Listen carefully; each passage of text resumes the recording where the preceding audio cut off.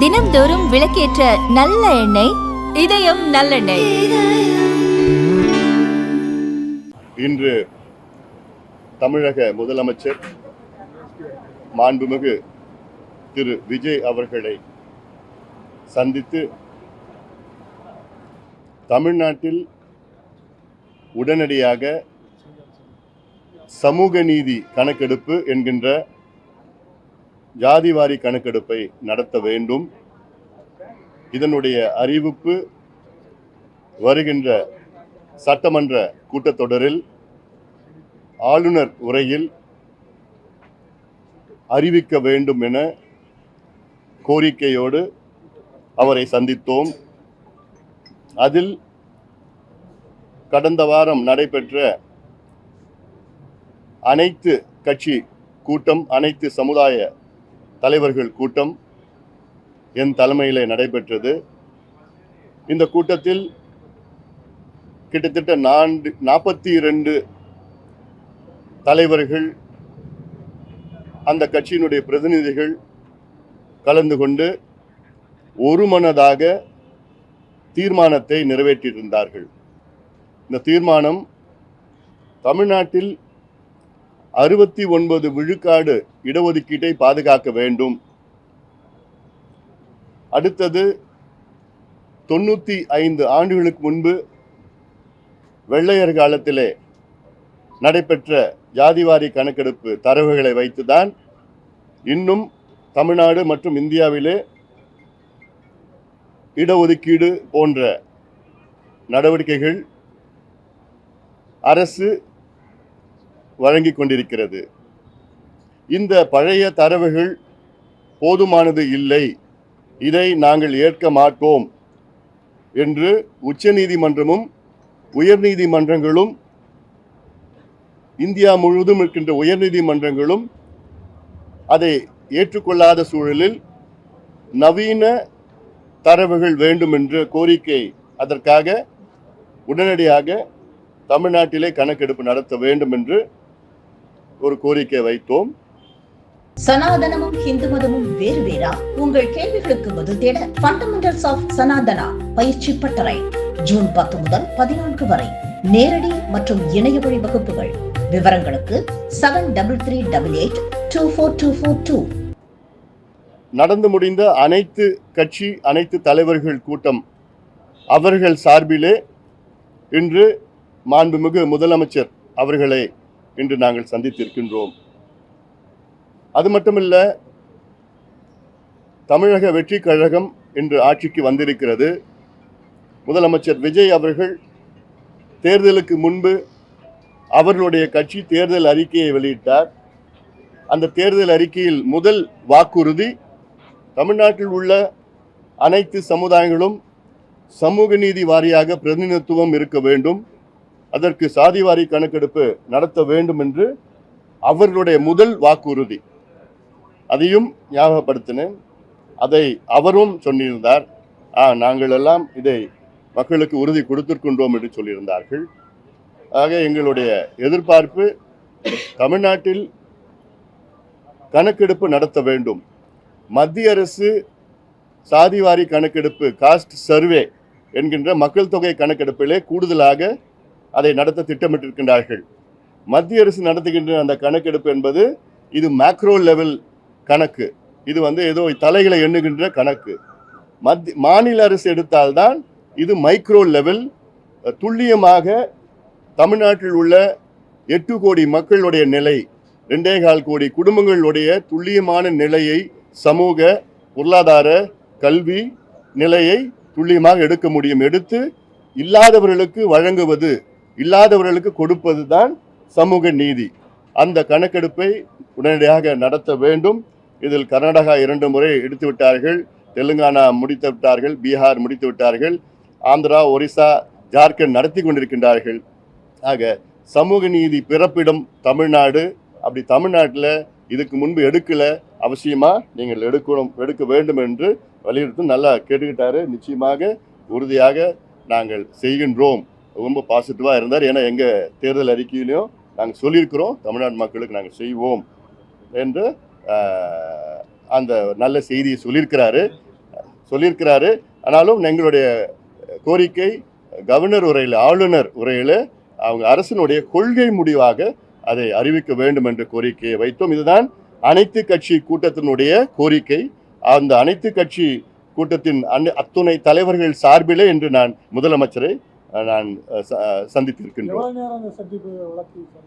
சந்திப்பு கிட்டத்தட்ட ஒரு 25 நிமிடங்கள் தெளிவாக எக்ஸ்பிளைன் பண்ணிட்டேன். A to Z தமிழ்நாட்டுடைய நம்ம சமூக நீதி வரலாறு, இடஒதுக்கீடு வரலாறு, 1921 தமிழ்நாட்டில் 100 விழுக்காடு இடஒதுக்கீடு அப்பொழுது இருக்கின்ற நம்முடைய ஜஸ்டிஸ் பார்ட்டி நீதி கட்சி அப்பொழுது கொடுத்தார்கள். ஆனால் அதை நடைமுறை 1927 வந்தது. அதன் பிறகு 1935 மத்திய அரசு தமிழ்நாட்டில் இருக்க மத்திய அரசு நிறுவனங்களில் இடஒதுக்கீடு வழங்கப்பட்டது. அதன் பிறகு 1950 வழக்கு தொடரப்பட்டு இந்த இடஒதுக்கீடு ரத்து செய்யப்பட்டது. அதன் பிறகு தந்தை பெரியார் அவர்கள் போன்றவர்கள்லாம் போராடி அதன் பிறகுதான் இந்திய அரசு முதல் அரசியல் சாசன சட்ட திருத்தம், ஃபர்ஸ்ட் கான்ஸ்டிடியூஷனல் அமெண்ட்மெண்ட் கொண்டு வந்தார்கள்.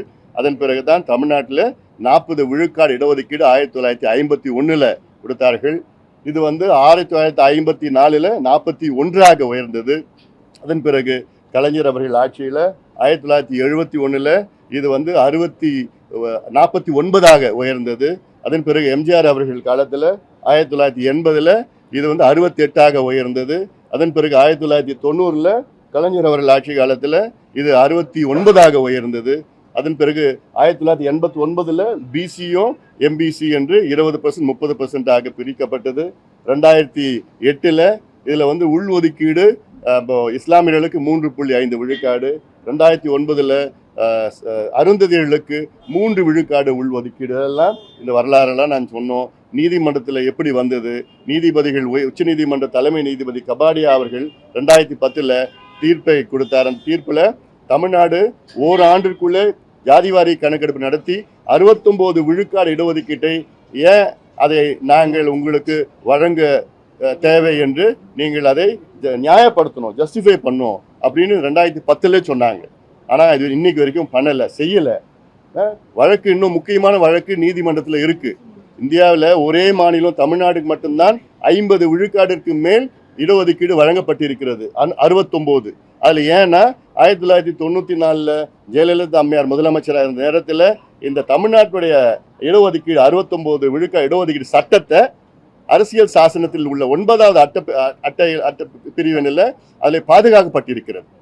அது கான்ஸ்டிடியூஷனல் அமெண்ட்மெண்ட் செய்து, அதனால இன்னைக்கு அந்த பாதுகாப்பு இன்னைக்கு இருக்கு. ஆனால் இப்போ ஜுடிஷியரி என்ன பண்றாங்க, 9வது 9th அமெண்ட்மெண்ட்டும் 9th ஷெட்யூல்லையும் நாங்கள் ரிவ்யூ பண்ணுவோம் அப்படின்னு ஜுடிஷியரி சொல்றாங்க. நமக்கு அதில் அச்சுறுத்தல் இருக்கு. இதெல்லாம் முதலமைச்சர்கிட்ட சொன்னோம். அப்புறம் அது நல்லா கேட்டுக்கிட்டாரு. எங்களுக்கு நம்பிக்கையா இருக்கு. எங்களுக்கு முதலமைச்சர் நல்ல நம்பிக்கையான முறையில் எங்களுக்கு பதில் சொல்லியிருக்கிறார். திமுக அதிமுக 2 ஆட்சி காலத்திலும் நீங்க இந்த முயற்சியை எடுத்துட்டு தான் இருந்தீங்க. இப்போ தாவேக ஆட்சியில அது நடைபெறும்னு நினைக்கிறீங்க? நிச்சயமா நாங்கள் எதிர்பார்க்கிறோம், நடைபெறும்னு நாங்கள் நம்பிக்கையோடு இருக்கிறோம். என்னன்னா முதலமைச்சர் அவர்கள் தேர்தலுக்கு முன்பு அவங்க கட்சி கொடுத்த வாக்குறுதி தான் இது. இன்னொன்று, என் தலைமையில் நடந்த அனைத்து கட்சி கூட்டத்தில் தாவேகா சம்பந்தமா ஒரு பிரதிநிதி கலந்துக்கிட்டார். விக்னேஷ் என்பது அவருடைய ஸ்போக்ஸ் பர்சன் அந்த கூட்டத்தில் கலந்துக்கிட்டு இந்த தீர்மானத்துக்கு அவரும் ஆதரவு கொடுத்திருக்கிறார். அதனால இது மட்டும் இல்லை, திமுக தலைவர் முன்னாள் முதலமைச்சர் ஸ்டாலின் அவர்கள் அந்த கூட்டத்துக்கு முன்பு எனக்கு தொலைபேசியில் தொடர்பு கொண்டு இதுக்கு ஆதரவு கொடுத்தாரு. விசிக்கு ஆதரவு கொடுத்துருக்குது.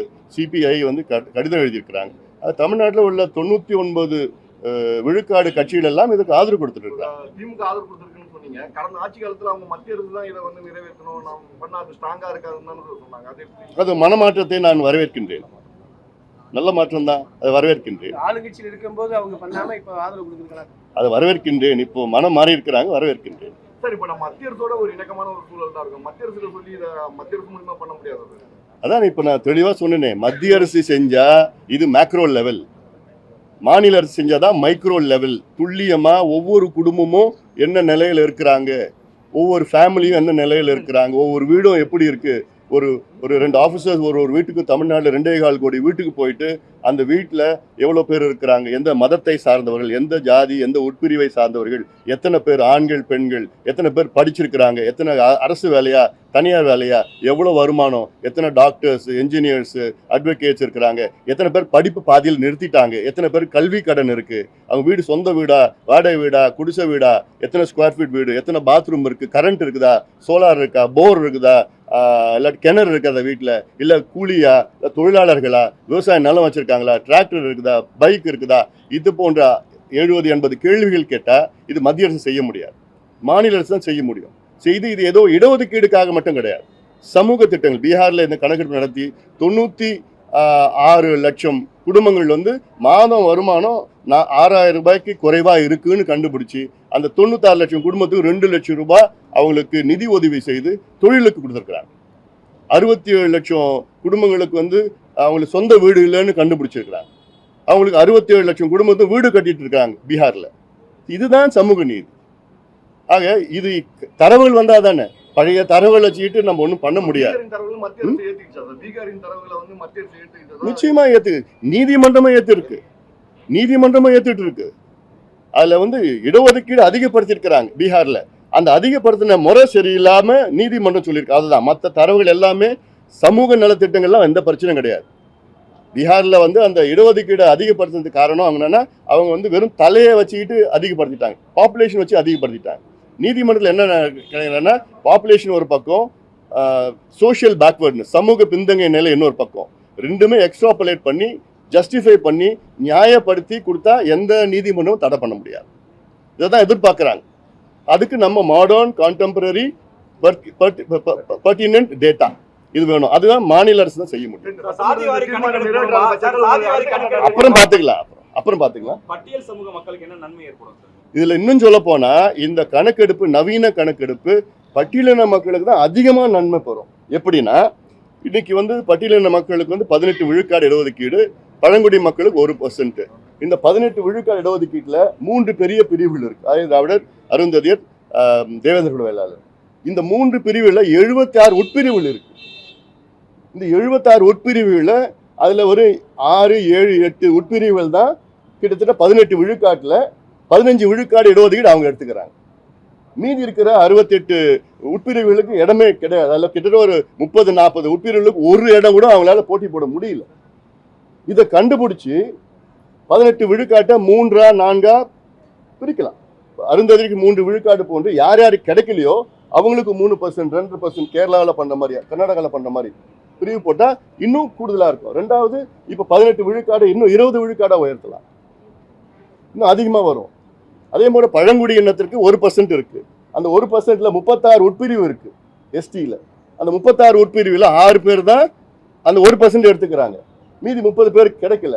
அது தெரிஞ்சதுன்னா அதுலேயே வந்து 0.5% பிரித்து பண்ணலாம். கர்நாடகாவில் அதான் பண்ணியிருக்கிறாங்க. கர்நாடகாவில் 15% இருந்தது பட்டியலின மக்களுக்கு, அதை 17% உயர்த்தி, ஏன்னா தனியாக கணக்கெடுப்பு நடத்தினாங்க, 17% உயர்த்தி அதில் 6%, 5%, 3ஆ உட்பிரிவு பண்ணியிருக்கிறாங்க. அந்த 6% யாருன்னா இவ்வளோ காலமாக அவங்களுக்கு இடஒதுக்கீடு கிடைக்காதவங்களுக்கு அவங்கள வந்து 6%ல கிளப் பண்ணியிருக்கிறாங்க. கொஞ்சம் கிடைச்சவங்களுக்கு இன்னொரு 6%, அதிகமாக அனுபவிச்சவங்களுக்கு இன்னொரு 5%. ஸோ அதில் பிரிச்சிருக்கிறாங்க. அதே தான் பிசி, எம்பிசி, எஸ்சி, எஸ்டி எல்லாத்துக்கும் இது பண்ணலாம்.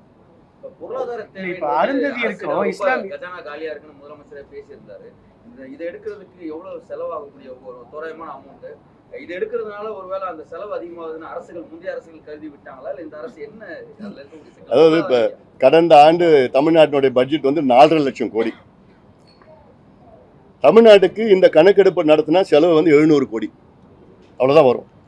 கர்நாடகாவில் 600 கோடி செலவு பண்ணாங்க. 1.5 மாதம் தான் ஆச்சு. 2 லட்சம் பேர் வச்சு எடுத்தாங்க. தமிழ்நாட்டில் 2.5 லட்சம் பேர், 3 லட்சம் பேர், 1.5 மாதம் 700 கோடி, அவ்வளோதான். 700 கோடி, 4.5 லட்சம் கோடியில் 700 கோடி அரசு பொறுத்த வரைக்கும் ஒரு பணம் கிடையாது. ஏன்னா இது சமூக நீதி பிரச்சனை. நம்ம சமூக நீதி பெறப்படும் தமிழ்நாடு, அதில் சமூக நீதிக்காக இது நிச்சயமா இது வந்து செயல்படுத்தணும். இஸ்லாமியருக்கும் அருந்தியதற்கும் கணக்கெடுப்பு நிற்கும் போது, இஸ்லாமியருக்கும் அருந்தியதற்கும் கணக்கெடுப்பு உள்ளுரிமை கொடுக்கும்போது அது ஏற்குது. ஆனா வன்னியர் கொடுக்கும்போது 10% ஏற்காதுக்கு நீதிமன்றத்தில் நிற்காதுக்கான இந்த தரவுகள் தான் கேட்குறேன். இப்போ இஸ்லாமியர் கூட இருக்கிறாங்க, இஸ்லாமியர்களுக்கு வந்து பார்த்தீங்கன்னா 7 உட்பிரிவு இருக்கு. இப்போ ஷியா, சன்னி, லப்பை, போரா அப்படிலாம் 7 உட்பிரிவு இருக்கு. அந்த 7 உட்பிரிவுல ஒரு உட்பிரிவு 2 உட்பிரிவு தான் எல்லா இடத்தையும் எடுத்துக்கிறாங்க. அந்த 3%ல 3% எடுத்துக்கிறாங்க. இது எடுத்தா எல்லாத்துக்கும் தான் இது பாதுகாப்பாக இருக்கும். சார் அரசோட செயல்பாடு எப்படி சார் பாக்குறீங்க? இப்போ நாளையோட 1 மாதம் முடிவடைந்த நிலையில நல்லா செஞ்சுட்டு இருக்கிறாங்க. நிறைய மாற்றங்கள் வந்து இருக்குது. ஊழல் வந்து பெரிய அளவில் குறைஞ்சிருக்கு. இந்த சிஸ்டம் இன்னும் எப்படியாவது இன்னும் 2-3 மாதம் ஆகும். இன்னும் கொஞ்சம் டைம் கொடுக்கணும். நம்ம பெரிய அளவில் நிறைய இடத்துல ஊழல் குறைஞ்சிருக்குது. அந்த ஒரு சிஸ்டமை மாற்றுறது, ஏன்னா இவங்க மாறி இருக்கிறாங்க, ஆனால் அதிகாரிகள் இன்னும் எனக்கு மனசு மாறல. இன்னும் அவங்க மாற்றுறதுக்கு இன்னும் கொஞ்சம் டைம். அதான் 1 மாதத்தில் போய் எல்லாமே செய்யணும்னு எப்படி எதிர்பார்க்க முடியாது. இல்லை இவ்வளோ, அதாவது ஏன் இந்த மின்சார பிரச்சனை நான் சொல்கிறேன். கடந்த 5 ஆண்டு காலத்தில் திமுக ஆட்சியில் ஒரு புதிய மின் திட்டம் கூட இவங்க கொண்டு வரல. இப்போ நிலுவையில் இருக்கிற திட்டம் கிட்டத்தட்ட 14,000 மெகாவாட் திட்டம் கடந்த 12 ஆண்டுகளாக நடைமுறைப்படுத்தலை.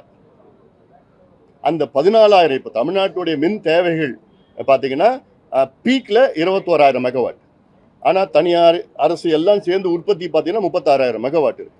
அந்த 36,000த்தில் வந்து சீசனல் 9,000 மெகாவாட் வந்து சீசனல் இந்த காற்றாலைகள் இருக்கு. அதில் ஒரு 9,000 மெகாவாட். அது வந்து மே, ஜூன், ஜூலை, ஆகஸ்ட் 4 மாதம் தான் வரும். இப்போ திமுக அரசுல புதுசா எதுவும் அறிவிக்கல, இருக்கிறது நடைமுறைப்படுத்தல. இருக்கிறதுல எவ்வளோ பெண்டிங் இருந்தது, அதில் ஒன்று மட்டும்தான், அதில் 800 மெகாவாட் மட்டும்தான் இப்போ நடைமுறைப்படுத்தியிருந்தா கடைசியில். ஆக அவங்களுக்கு என்னன்னா, அரசு உற்பத்தி செய்கின்ற மின் ஆலைகளில் ஒரு யூனிட் வந்து 3 ரூபாயிலேருந்து 3,000 ரூபாய் உற்பத்தி செய்யலாம். இன்னொன்று அரசாங்கம் வந்து வாங்குது. அரசு உற்பத்தி செய்கின்ற மின் ஆலைகளில் 3,000 ரூபாய் கொடுத்து ஒரு யூனிட் வாங்குது. தனியார் உற்பத்தி செய்கின்ற மின் ஆலைகளிலிருந்து தமிழக அரசு 9 ரூபாயிலேருந்து 15 ரூபா ஒரு யூனிட் வாங்குது. அதில் அப்போது கமிஷன் அதிகமாக அதில் வரதுனால அவங்க யாருக்கும் வந்து அரசாங்கம் உற்பத்தி செய்யணும்னு விருப்பம் இல்லை கடந்த ஆட்சியில். அதனால தான் இவ்வளோ நட்டம். இன்னொன்று சொல்ல போனால், மின்சாரத்துறையில் கடந்த 4 ஆண்டுகளில் 4 முறை மின் கட்டணத்தை உயர்த்திருக்கிறாங்க. 56% உயர்த்திருக்கிறாங்க. இதில் 1.5 லட்சம் கோடி ரூபாய் கூடுதலாக மின்சாரத்துறைக்கு வருமானம் வந்தும் இன்னைக்கு நட்டத்தில் ஓடிட்டு இருக்கு. ஊழல் தான். டிரான்ஸ்ஃபார்மர் ஊழல்லாம் பார்த்தீங்க, 32 பேர் ஒரே டிட்டோ டெண்டர் கோட் பண்ணியிருக்கிறாங்க. எவ்வளோ பேர் ஒரு மோசடி காட்டல் அது. இதெல்லாம் வந்து விசாரணை. இப்போ சிபிஐ விசாரணைன்னா இல்லை சிபிசி அதை இப்போ இந்த இதில் பட் எங்கள் சிபிஐ விசாரணை இதுதான் நாங்கள் தொடர்ந்து சொல்லிட்டு வரோம். இப்போ நாங்கள் மற்றெல்லாம் பதில் சொல்லிட்டு அதை தான் போடுவீங்க. இப்போ வந்தது நோக்கம், அப்புறம் வேற என்ன டைல்யூட் பண்ணிடுவீங்க. ஒன்னே நான் சொல்லிடுறேன். இன்னொன்று நான் சொன்னது வந்து மேகதாது பிரச்சனை சம்பந்தமாக அனைத்து கட்சி கூட்டத்தை நீங்கள் கூட்டுங்க, முதலமைச்சர் கூட்ட வேண்டும். ஏன்னா மேகதாது வந்து தமிழ்நாட்டினுடைய உயிர் நாடி பிரச்சனை. அதுவும் நான் சொல்லியிருக்கேன், முதலமைச்சர்கிட்ட நான் சொல்லியிருக்கேன். நான் நிச்சயமாக அது ஒரு பாசிட்டிவாக எடுத்திருக்கிறாரு. ஏன்னா இன்னைக்கு மேகதாது என்பது கர்நாடகாவில் உள்ள டிகே சிவகுமார் அவர்கள் முதலமைச்சர் ஆகிட்டார். அவர் வந்து அந்த ஏரியா கனகாபுரம் ஏரியா பகுதியில் பாத யாத்திரா அது யாத்திராலாம் பண்ணிக்கின்னு இப்போ இதை வச்சு தான் முதலமைச்சர் ஆகியிருக்கார். கர்நாடகாவில் 2028 தேர்தல் வர இருக்கிறது. அந்த தேர்தல் முடிக்கிற வரைக்கும் இதை அவர் விட மாட்டார், இன்னும் அதிகமாக தீவிரப்படுத்துவார். இப்போ டிபிஆர் வந்து பண்ணியிருக்கிறாங்க. டிபிஆர் டீட்டெயில் ப்ராஜெக்ட் ரிப்போர்ட் வந்து அதில் வந்து பண்ணலாம்னு வந்து அந்த நடுவர் மன்றம் இவங்களுக்கு மத்திய அரசு அனுமதி கொடுத்துருக்குது. இப்போ இந்த ப்ராசஸ் நடக்குது. அதனால தான் இதை தீவிரமாக நம்ம எதிர்க்கணும். ஏன்னா கர்நாடகாவில் 4 அணைகள் இருக்குது. கேஆர்எஸ் அணை, கிருஷ்ணராஜ சாகர் அணையில், அது கபினி, ஹேமாவதி, ஹாரங்கி. இந்த 4 அணைகளுடைய கொள்ளளவு 115 டிஎம்சி. இந்த மேகதாது அணை கட்ட போகிறது கிடையாது. கட்டினாங்கன்னா அது 70 டிஎம்சி கூடுதலாக. ஆக அவங்க கர்நாடகாவோட ஸ்டோரேஜ் கெப்பாசிட்டி பார்த்தீங்கன்னா 180 டிஎம்சியை உயரும். இப்போவே நமக்கு என்னன்னா மிச்ச நீர் தான் கொடுக்குறாங்க. காவிரி நடுவர் மன்றம் தீர்ப்பு என்னன்னா 177.25 டிஎம்சி தமிழ்நாடு கொடுக்கணும்னு காவிரி நடுவர் மன்றம் கொடுத்துருக்குறாங்க. அந்த 177.25 டிஎம்சி எப்படி கொடுக்கணும்னா, ஜூன் மாதம், ஜூலை மாதம் 30, 40 டிஎம்சி, 50, 48, 28ன்னு ஒவ்வொரு 12 மாதத்துக்கு ஷெட்யூல் பண்ணியிருக்கிறாங்க. ஆனால் அந்த 12 மாதம் ஷெட்யூலில் அவங்க கொடுக்கறது கிடையாது. அவங்களுக்கு 4 டேம் நிறைஞ்சிச்சு, தண்ணி வேறு எங்கேயும் விட முடியாது. அந்த தண்ணியை தான் நமக்கு மிச்ச நீர் தான் நமக்கு கொடுக்குறாங்க. அதுவே நமக்கு கிடைக்கிறது கிடையாது. அதனால மேகதாது கட்டினாங்கன்னா அந்த மிச்ச நீரும் நமக்கு வராது, மிகப்பெரிய பிரச்சனை வரும். ஏன்னா காவிரியை நம்பி தமிழ்நாட்டில் 38 மாவட்டத்தில் 28 மாவட்டம் இருக்கு, சென்னை உட்பட. கிட்டத்தட்ட 5.5 கோடி மக்கள், தமிழ்நாட்டில் 8 கோடி மக்கள், 5.5 கோடி மக்கள் காவிரியை நம்பி இருக்கு. அதனால காவிரியில் தண்ணி வரலன்னா மிகப்பெரிய ஒரு பிரச்சனை. அதுக்காக இதை ஒரு முக்கியத்துவம் சொல்லி அனைத்து கட்சி கூட்டத்தை கூட்டணும்னு கேட்டிருக்கேன். நிச்சயமா ஒரு பாசிட்டிவா பண்ணுவான்னு நினைக்கிறேன். நன்றி, வணக்கம்.